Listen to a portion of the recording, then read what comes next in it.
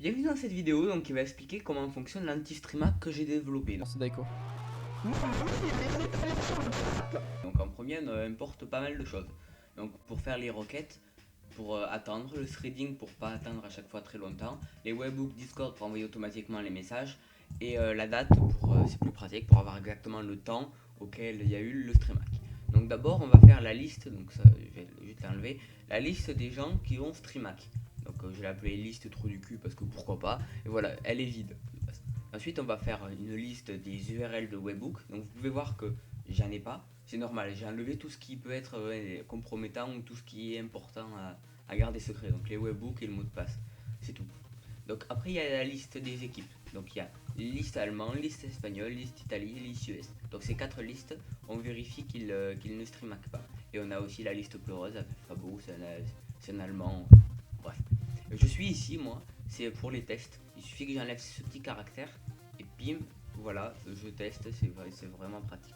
Ensuite on affiche que le programme démarre. Et donc on fait à l'infini, on, on attend 60 secondes. Si ça fait 1 heure, on affiche combien d'heures ça fait que le bot tourne, donc ça va afficher toutes les heures. Le bot tourne depuis 1 heure, 2 heures, 3 heures, etc. Et pour tous les streamers dans la liste française, on lance le check. Donc on envoie le nom du streamer, donc on récupère les listes et on regarde cette URL. Donc cette URL c'est quoi? On peut aller voir directement.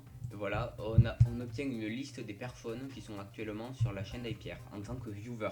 Donc ça c'est toutes les personnes qui regardent la chaîne d'IPR. Donc vous pouvez voir qu'en ce moment, je pense pas qu'ils sont en live parce qu'il n'y a pas l'air d'en avoir beaucoup.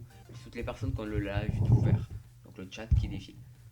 Donc ensuite, pour toutes les personnes dans la liste allemande, on regarde si par hasard ils sont pas dans la liste des viewers.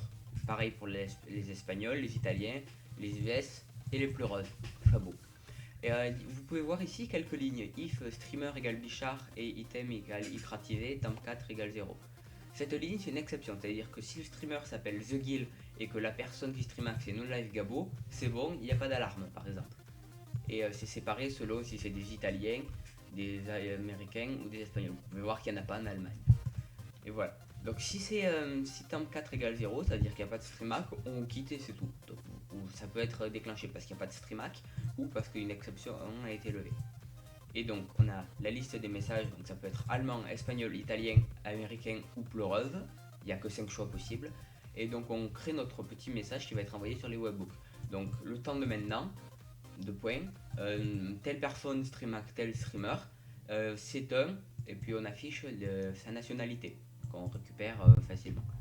Donc ensuite, si cet item n'est pas dans la liste des trous du cul, on l'affiche, donc dans mon programme il affiche, et puis il envoie à tous les webhooks, et il envoie sur l'API de Dadoza d'Azira, qui permet de faire l'alarme en stream. Ça c'est juste pour détecter les streamacs.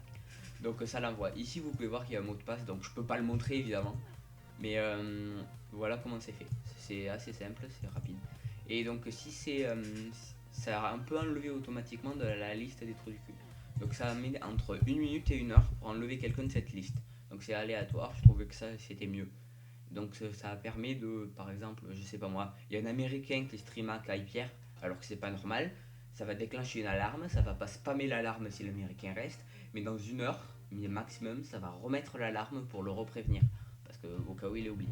Et donc voilà comment est fait mon petit streamac. Donc je vous mettrai le lien du GitHub dans la description. Donc vous pouvez voir que dans Streamaker, il y a donc mon petit programme main.py et il y a d'autres petits trucs comme le index.html, alert.js et tout ce qui sert à l'alerte niveau API et niveau web. Et voilà, c'est tout. Donc lien du GitHub en description.